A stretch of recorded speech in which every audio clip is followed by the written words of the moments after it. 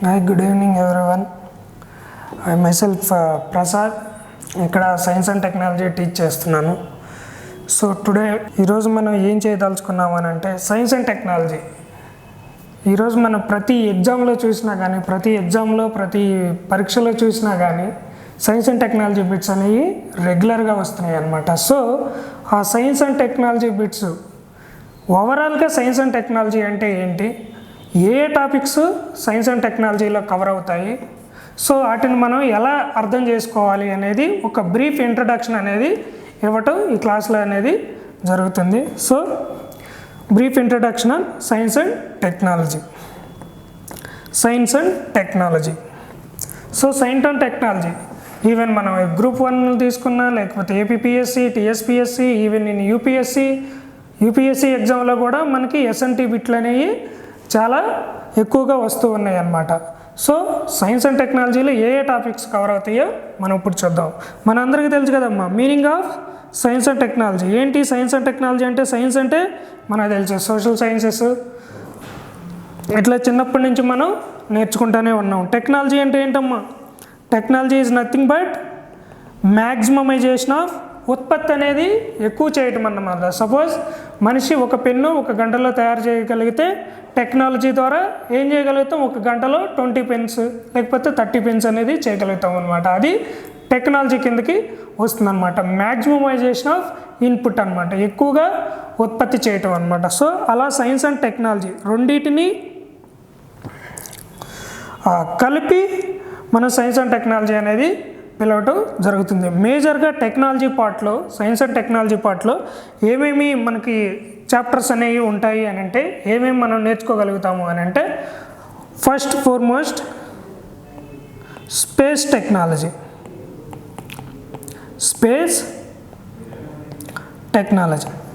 మనందరికీ తెలుసు స్పేస్ అంటే ఏంటమ్మా, స్పేస్ అంటే ఖాళీ ఎక్కడుంది, ఇది ఎక్కువగా స్పేస్ టెక్నాలజీ అంటే రిలేటెడ్ టు అంతరిక్షం.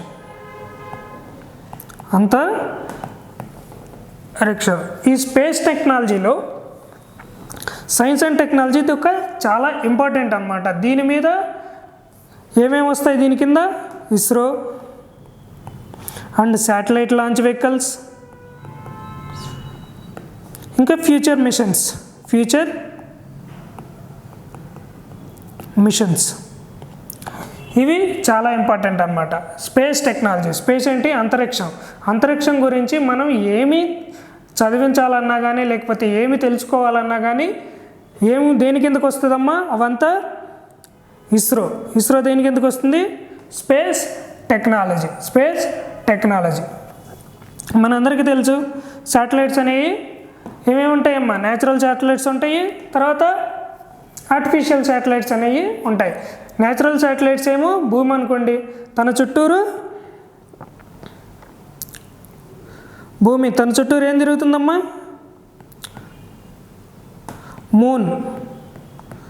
మూను తన భూమి చుట్టూరు తిరుగుతూ ఉంటుందన్నమాట. సో చంద్రుడిని ఏమంటారమ్మా, శాటిలైట్ అంటారు. ఏ శాటిలైట్ ఇది, న్యాచురల్ శాటిలైట్. అదే ఆర్టిఫిషియల్ శాటిలైట్స్ అంటే ఏంటి, మనం కింద నుంచి కొన్ని నౌకలు, రోదర్శి నౌక అంటారు, లేకపోతే ఆర్యభట్ట అంటారు, కింద నుంచి కొన్ని శాటిలైట్స్ అనేవి పైకి పంపించడం జరుగుతుందన్నమాట. అవి ఆర్టిఫిషియల్ శాటిలైట్స్. అదే సహజంగా మన అంతరిక్షంలో ఏర్పడిన వాటిని ఏమంటారు, న్యాచురల్ శాటిలైట్స్. ఇది సైన్స్ ఆఫ్ టెక్నాలజీలో ఒక ఇంపార్టెంట్ అనమాట, ఎందుకనంటే ప్రతి బిట్ ఈవెన్ ఇన్ ఎస్ఎస్సి కానీ, లేకపోతే యూపీఎస్సి, ఏబిపిఎస్సి కానీ, టీఎస్పీఎస్సి, ఈవెన్ ఎస్ఐ ఎగ్జామ్స్లో కూడా ఇస్రో అంటే ఏంటి, స్పేస్ టెక్నాలజీ గురించి, ఏ శాటిలైట్ లాంచ్ వెహికల్ ఎప్పుడు లాంచ్ చేశారు, ఏ శాటిలైట్ లాంచ్ వెహికల్ ఏ ఉపగ్రహం ఎప్పుడు పంపించారు అనేవి మొత్తం కలిపి దేని కిందకు వస్తాయమ్మా, స్పేస్ టెక్నాలజీలో రావటం జరుగుతుందన్నమాట. ఇది సైన్స్ అండ్ టెక్నాలజీలో ముఖ్యమైన సబ్జెక్ట్ టాపిక్. నెక్స్ట్ రెండోది వచ్చేసేసి డిఫెన్స్ టెక్నాలజీ.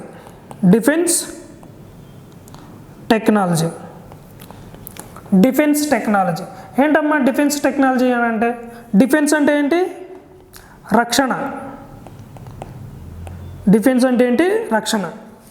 సో ఏవైతే మన దేశాన్ని టెక్నాలజీ పరంగా కాపాడుతూ ఉంటాయో వాటిలో మనం ఏమేమి అప్గ్రేడ్ చేసుకోవాలి, మన కంట్రీని శత్రు దేశాల నుంచి ఏ విధంగా రక్షించాలి అనేది అంతా డిఫెన్స్ టెక్నాలజీ కిందకి వస్తుందన్నమాట. ఇందులో మెయిన్ ఇంపార్టెంట్ ఏంటి అని అంటే, సో మనం ఇందులో చూసిన స్పేస్ టెక్నాలజీ అంటే మెయిన్ ఎవరు ఉంటారమ్మా?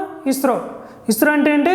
Indian space research organization, space research organization. So space టెక్నాలజీలో ఇస్రో మెయిన్గా ఉంటే, డిఫెన్స్ టెక్నాలజీలో ఎవరు ఉంటారమ్మా? డిఆర్డిఓ. ఎవరుంటారు? Defence research development organization. ఇవి ఎక్కువగా దేశ రక్షణకి సంబంధించి ఏమన్నా మిసైల్స్ తయారు చేయాలన్నా కానీ, లేకపోతే క్షిపణులు, మిసైల్స్ అంటే క్షిపణులు, లేకపోతే ఏమన్నా బాంబ్స్ ఏమన్నా తయారు చేయాలన్నా కానీ, రాకెట్స్ ఏమన్నా తయారు చేయాలన్నా కానీ అవన్నీ ఎవరి కంట్రోల్లో ఉంటాయమ్మా? Defence technology. ఇది మెయిన్గా డిఫెన్స్ టెక్నాలజీలో ఎవరమ్మా హెడ్గా ఉండేది? DRDO, defence research and development organization. So ఇది స్పేస్ టెక్నాలజీలో ఇంకొక important technology. Next science and టెక్నాలజీలో ఇంకొక ఇంపార్టెంట్ అయిన టాపిక్ ఏంటి అని అంటే న్యూక్లియర్ టెక్నాలజీ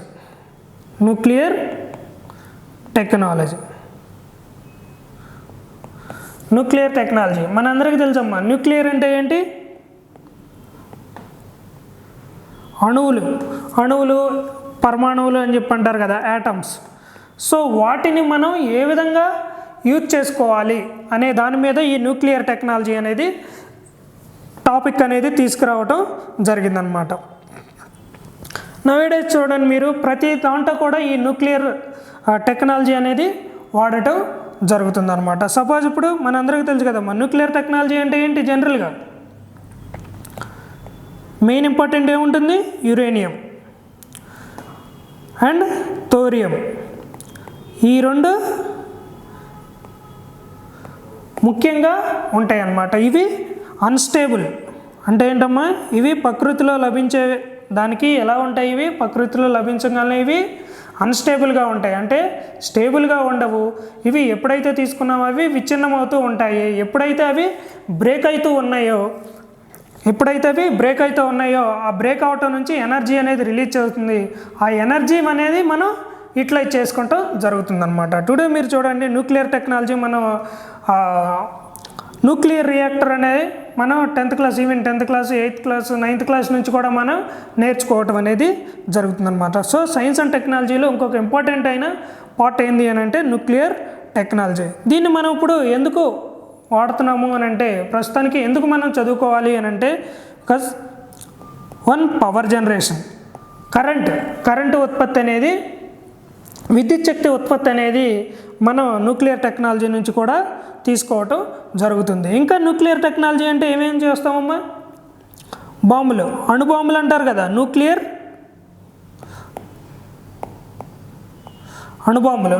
బాంబ్స్ అని అంటారు కదా. న్యూక్లియర్ బాంబ్స్ కూడా మనం ఈ న్యూక్లియర్ టెక్నాలజీ ద్వారానే నేర్చుకుంటూ జరుగుతుందన్నమాట. సో ఎక్కడెక్కడ మనకి 2 న్యూక్లియర్ టెస్టులు జరిగినాయి అమ్మా. 2 న్యూక్లియర్ టెస్ట్ అనేవి జరిగినాయి అన్నమాట. సో ఈ 2 న్యూక్లియర్ టెస్ట్, ఒకటేమో ఆపరేషన్ బుద్ధ అని అంటారు, operation smiling Buddha. So operation smiling Buddha అనమాట. ఏం చేస్తారు అని అంటే, ఒక న్యూక్లియర్ బాంబు తీసుకుని డిటోనేట్ చేస్తారు, అంటే పేలుస్తారు అనమాట. ఎక్కడ? భూమి అడుగు భాగంలో పేలుస్తారు. బయట కానీ పేల్చాము అని అంటే ఏమవుతుందమ్మా? అది గాలిలోకి స్ప్రెడ్ అవుతుంది. ఈవెన్ మనకు తెలుసు 1944లో అనుకుంటాం, మనకి USA వాళ్ళు జపాన్ మీద అణుబాంబులు అనేది దాడి చేయటం జరిగింది. దాని ఎఫెక్ట్స్ ఇప్పుడు కూడా ఉండటం అనేది జరిగిందమ్మా. ఎక్కడెక్కడ? Hiroshima and Nagasaki. సో ఇలా న్యూక్లియర్ బాంబ్స్ కానీ మన దగ్గర ఉన్నాయి అని అంటే సపోజ్ వేరే కంట్రీ వాళ్ళు చైనా కానీ లేకపోతే పాకిస్తాన్ కానీ మన చుట్టుపక్కల ఉన్న కంట్రీ వాళ్ళు కూడా మన మీద దాడి చేయాలంటే అరే మన ఇండియా దగ్గర కూడా న్యూక్లియర్ బాంబ్స్ ఉన్నాయి, సో మనం వాళ్ళు ఏమనుకుంటారు అప్పుడు, సో వీళ్ళ దగ్గర కూడా న్యూక్లియర్ బాంబ్స్ ఉన్నాయి కాబట్టి మనం జాగ్రత్తగా ఉండాలి, వాళ్ళ మీద న్యూక్లియర్ బాంబ్స్ వేయకూడదు అనేది వాళ్ళకు కూడా ఉంటుందన్నమాట. సో మనం న్యూక్లియర్ టెక్నాలజీ అనేది ఇందుకు కూడా న్యూక్లియర్ బాంబ్స్ని తయారు చేయడానికి వాడుకుంటాము, ప్లస్ ఎలక్ట్రిసిటీ జనరేషన్కి కూడా వాడుకుంటూ జరుగుతుందన్నమాట. ఇది ఒక important technology in science and technology. Next వచ్చేసేసి బయోటెక్నాలజీ.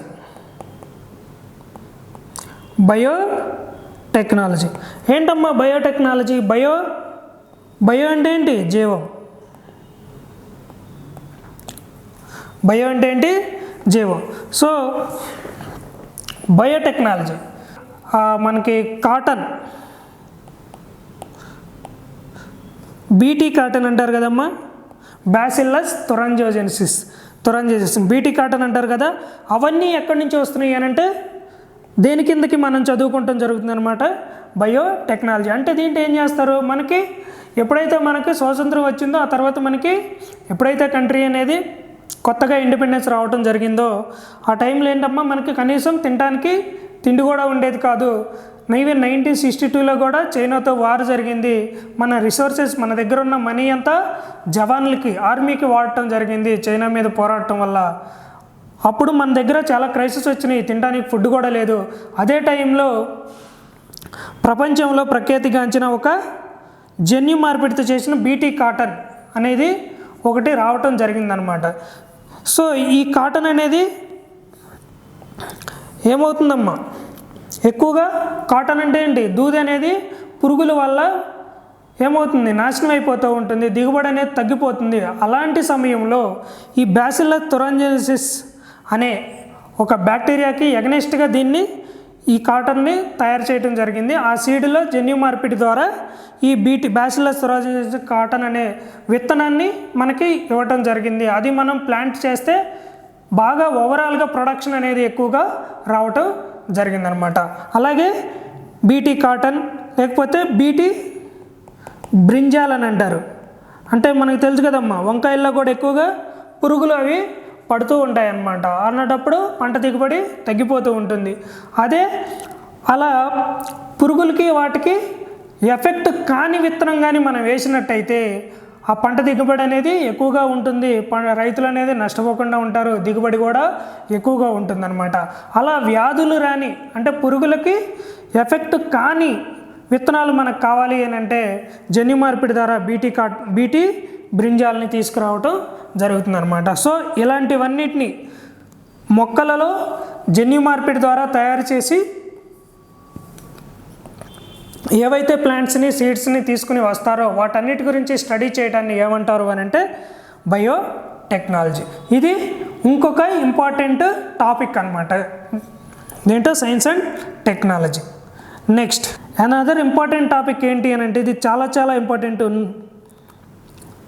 Nano technology.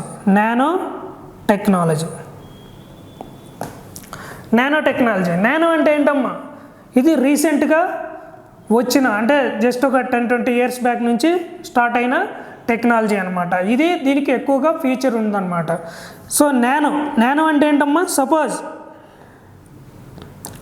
ఇది ఒక 1 మీటర్ థ్రెడ్, 1 మీటర్ దారం అని చెప్పి అనుకోండి. దీన్ని మనం ఒక 10 టైమ్స్,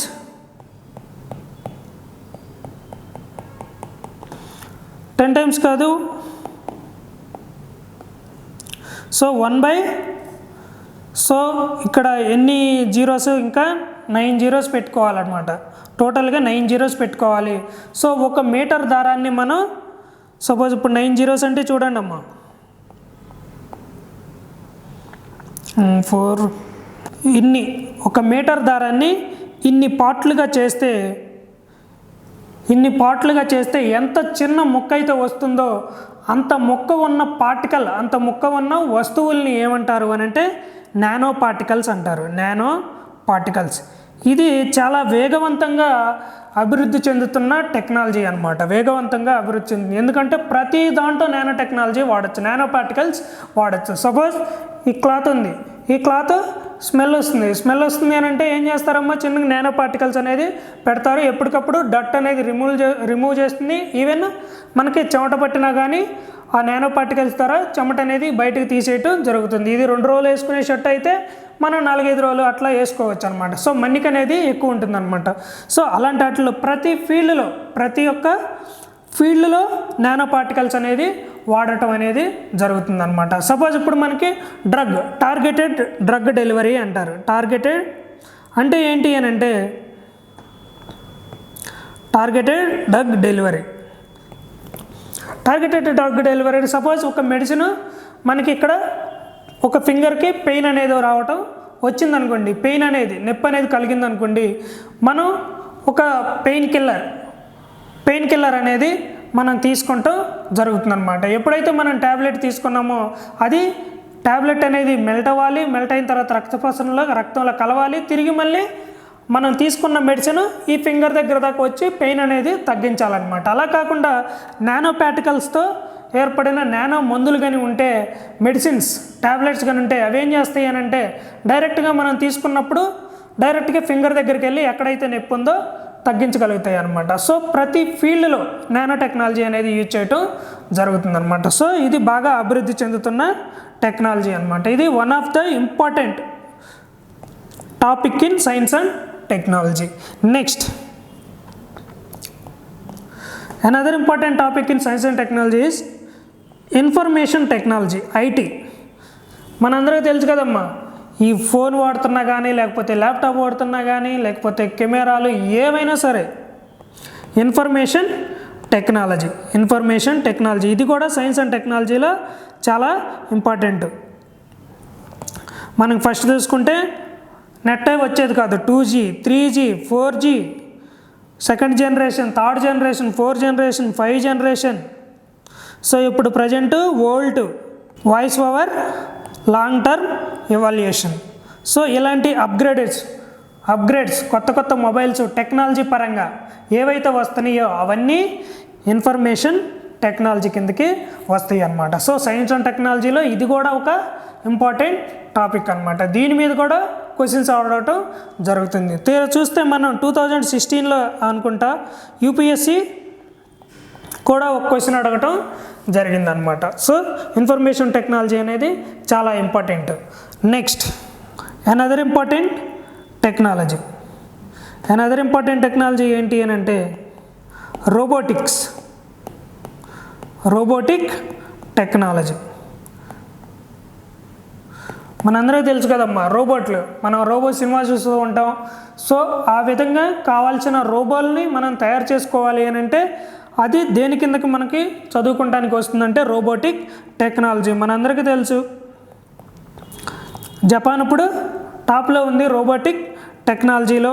సో రోబోట్లను కూడా ప్రతి పనిలో వాడుకుంటాం జరుగుతుందన్నమాట. సో రోబోలు వచ్చి పని చేసినాయి అని అంటే మనకి పని తగ్గిపోతుంది. సో అది కూడా ఒక డిసడ్వాంటేజ్ అనేది ఉందన్నమాట. సో ప్రతిదానికి అడ్వాంటేజ్ ఉంటుంది, డిసడ్వాంటేజ్ ఉంటుంది. అడ్వాంటేజెస్ ఏవైతే ఎక్కువ ఉంటాయో దాన్ని మనం అమలు చేసుకుంటాం జరుగుతుందన్నమాట. ఈవెన్ మనకి రోబోటిక్ టెక్నాలజీలో ఎలా రోబోట్స్ని వాడాలో ఈవెన్ మనకి రోబో సినిమాలో కూడా చూపించారనమాట. సో రోబోటిక్ టెక్నాలజీ ఇప్పుడు రీసెంట్గా మనకి కెంపెగౌడ ఎయిర్పోర్ట్ ఎక్కడుందమ్మా, ఇది కర్ణాటక బెంగళూరు ఎయిర్పోర్ట్ దగ్గర కూడా ఫేస్ రికగ్నిషన్ రోబోట్స్ని పెట్టడం జరిగిందనమాట. అంటే జస్ట్ మనం అటు వెళ్ళంగానే చెక్ చేస్తాయి. సో నువ్వు ట్రావెల్ చేయడానికి వచ్చావని చెప్పి నిన్ను అనుమతించి లోపలికి పంపించడం జరుగుతుందన్నమాట. సో అన్ని చోట్ల కూడా రోబోటిక్స్ అనేది వాడటం జరుగుతుందన్నమాట. సో ఇది కూడా ఒక important technology. It comes under science and technology. Next important topic వచ్చేసేసి సైన్స్ అండ్ టెక్నాలజీలో ఆర్టిఫిషియల్ ఇంటెలిజెన్స్. ఇది ఒక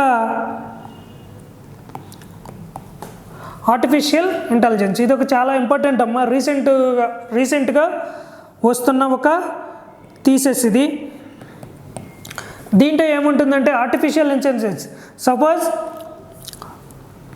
మనం ఇప్పుడు మనం ఫోన్లో క్యాలిక్యులేటర్ వాడుతున్నాం. క్యాలిక్యులేటర్లో ఏం చేయాలి, 2 × 2 అంటాం. 2 × 2 అంటే అది 4 అని చెప్తుంది. 5 × 6 అంటాం. 5 × 6 అంటే 30 అని మనకి ఫోన్లో క్యాలిక్యులేటర్ అనేది చేస్తుంది అనమాట. కానీ అలా మనం హ్యూమన్స్ కొన్ని చేయలేని పనులు కూడా, థింక్ చేయలేని పనులు కూడా, సపోజ్ ఇప్పుడు 1000 × 25,000 అనుకో, ఇది మనకు క్యాలిక్యులేషన్ చాలా ఈజీగా ఉండదన్నమాట. సో అలాంటి పనులు కూడా చాలా ఫాస్ట్గా చేయగలిగింది ఏంటమ్మా, ఆర్టిఫిషియల్ ఇంటెలిజెన్స్. అంటే మనం ఏవైతే థింక్ చేస్తామో, లేకపోతే మనకి అందకుండా మనం థింక్ చేసేది వేరు, మనం సపోజ్ ఇప్పుడు రోబోట్ కూడా థింక్ చేస్తుంది. ఆ టైప్ ఆఫ్ మైండ్ సెట్ కానిస్తే ఇప్పుడు మనకు మాట్లాడే సోఫియా, మీరు చూడండి, సోఫియా అనేది ఏంటమ్మా, రీసెంట్గా 2017లోనో 18లోనో వచ్చిన ఒక రోబోట్ అనమాట. ఇది మనిషిలాగా మాట్లాడుతుంది, అన్ని పనులు చేస్తుంది అనమాట. సో అలా చేయమని ఎవరిచ్చారు థాట్ అనేది, మనిషి అనేది ఇవ్వటం జరుగుతుంది అనమాట. అలా వాటంతటికి మనం ఒక ప్రోగ్రామ్ అని ఇచ్చిన తర్వాత దాని అంతటికి అదే, సపోజ్ ట్రాఫిక్ వస్తే ఆగిపోవాలి, లేకపోతే సిగ్నల్ లైట్స్ వేస్తే ఆగిపోవాలి, సరే ఇంకో చోటుకి వెళ్తే దాని విధంగా ఇంకో పని చేయాలి. మనం చేసే పనులన్నీ మనం అమర్చిన ఒక చిన్న చిప్ ద్వారా దానికంతటా అదే థింక్ చేసి ఆ పని కంప్లీట్ చేయటం అనేది జరిగితే దాన్ని ఏమంటారమ్మా, ఆర్టిఫిషియల్ ఇంటెలిజెన్స్. అంటే న్యాచురల్ ఇంటెలిజెన్స్ అంటే ఏంటి, మన హ్యూమన్ బ్రెయిన్, మన మెదడు ఏ విధంగా అయితే, సపోజ్ ఇక్కడ నేను రాయాలి అని చెప్పి నా మైండ్ కనిపిస్తే నేను రాపిస్తున్నా, ఇది మనకి పుట్టుకతో వచ్చింది కాబట్టి న్యాచురల్ ఇంటెలిజెన్స్ ఇది. సపోజ్ ఇప్పుడు మనకి ట్రాఫిక్ ఏమన్నా వెహికల్ వస్తుందంటే మనం పక్క జరుగుతాం, అది natural intelligence. So artificial intelligence అని అంటే మనం ఏదైనా ఒక చిప్ కానీ లేకపోతే ఏమైనా పెట్టినప్పుడు అది దాని అంతటికదే థింక్ చేసి ఆ ప్రోగ్రామ్ని కంప్లీట్ చేయడాన్ని ఆర్టిఫిషియల్ ఇంటెలిజెన్స్ అని అంటారన్నమాట. ఇవి ఇంపార్టెంట్ సైన్స్ అండ్ టెక్నాలజీలో ఉన్న ఇంపార్టెంట్ పార్ట్స్ అన్నమాట. ఓకే, సో ఏమన్నా క్వశ్చన్స్ ఉంటే అడగండి, క్లియర్గా కామెంట్ చేయండి, ఎప్పటికప్పుడు మీకు రిప్లై అనేది ఇస్తుందన్నమాట. Okay, thank you.